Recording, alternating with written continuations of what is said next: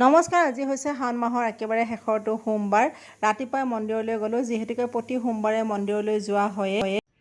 আজি যিহেতুকে সোমবাৰ, ব'লক আজি ওটছৰ স্মুদি বনাওঁ। ওটছৰ স্মুদি বনাবৰ কাৰণে এটা কাপত গৰম গাখীৰ লৈ লৈছোঁ। তাত 4টা গুটি এৰুৱাই পেলাই খেজুৰ, আলমণ্ড বাদাম আৰু কাজু বাদাম কেইটামান দি এঘণ্টা তিয়াই ৰাখিছোঁ। আনহাতে ওটছখিনি ভালদৰে ধুই পেলাই মিক্সাৰ গ্ৰাইণ্ডাৰত দি দিছোঁ।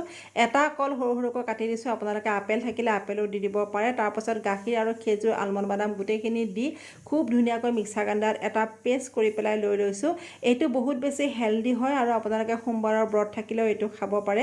ওটছ যিহেতুকে মোৰ বহুত বেছি প্ৰিয়, এইটো মই অকল সোমবাৰ বুলি নহয় প্ৰায় খাই থাকোঁ। আৰু ওটছৰ বিভিন্ন ৰেচিপি মোৰ চেনেলত দিয়া আছে, যদি কেতিয়াও খোৱা নাই এবাৰ এনেকৈ খাই চাব। এতিয়াৰ পৰা মই আপোনালোকক প্ৰতিদিনে হেল্ডি ব্ৰেকফাষ্টৰ ৰেচিপি দিবলৈ চেষ্টা কৰিম। দুপৰীয়া কাটিছিলোঁ এইটো খৰবুজা, দেখিবলৈ বাঙিৰ নিচিনা যদিও বহুত বেছি মিঠা আছিলে। খৰবুজা, গজালি ওলোৱা মগু, অমিতা আৰু মাল্টাৰ সৈতে আজি দুপৰীয়া এনেকৈয়ে খালোঁ। আজিৰ পৰা আমাৰ নিয়াৰো স্কুল খুলিলে। ভিডিঅ'টো চাই কেনেকুৱা পালে জনাব। আজিলৈ হ'ব।